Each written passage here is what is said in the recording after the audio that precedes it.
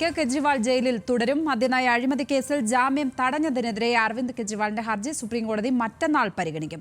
ഹൈക്കോടതി നടപടിക്രമം അസാധാരണമെന്ന് സുപ്രീംകോടതി നിരീക്ഷിച്ചിട്ടുണ്ട്. കൂടുതൽ വിവരങ്ങളുമായി ഷബ്ന സിയാദ്, ഞങ്ങളുടെ ലീഗൽ കറസ്പോണ്ടന്റ്, ചേരുന്നു.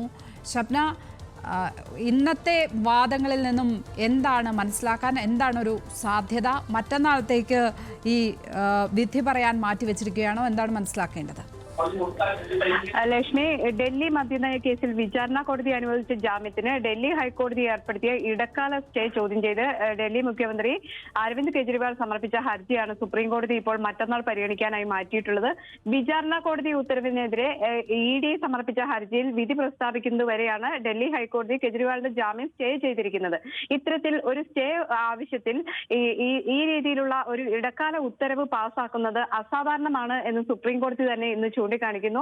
സ്റ്റേ ഉത്തരവുണ്ടെങ്കിൽ അന്ന് തന്നെ അത് വ്യക്തമാക്കുകയാണ്, അല്ലെങ്കിൽ അത്തരത്തിൽ ഉത്തരവ് പറയുകയാണ് ചെയ്യേണ്ടത്. ഇത് മറ്റന്നാളത്തേക്ക് ഡൽഹി ഹൈക്കോടതി മാറ്റിവെച്ചു. അത് അസാധാരണമായ നടപടി എന്നാണ് കോടതി ചൂണ്ടിക്കാണിച്ചത്. അതുപോലെ ജാമ്യം അനുവദിച്ച ശേഷം ആദ്യ ദിവസം തന്നെ വിധി ചോദ്യം ചെയ്യുന്നതും കേട്ടുകേൾവിയില്ലാത്തതാണ് എന്ന് കെജ്രിവാളിന്റെ അഭിഭാഷകനും കോടതിയെ അറിയിച്ചു. ഇഡി അപ്പീലിൽ ഡൽഹി ഹൈക്കോടതി ഉത്തരവിനായിട്ടാണ് മാറ്റിയത് എന്നാണ് ഇഡിയുടെ അഭിഭാഷകൻ കോടതിയെ അറിയിച്ചത്. ജാമ്യം സംബന്ധിച്ച സുപ്രീം കോടതി വിധികൾക്ക് വിരുദ്ധമാണ് നടപടി എന്ന് കെജ്രിവാളിന്റെ അഭിഭാഷകനും ഇന്ന് കോടതിയെ അറിയിക്കുകയുണ്ടായി. ജാമ്യം അനുവദിച്ച ശേഷം ആദ്യ ദിവസം തന്നെയാണ് ഇത്തരത്തിൽ കെജ്രിവാളിന്റെ ഹർജി സുപ്രീം കോടതി മറ്റന്നാൾ പരിഗണിക്കും.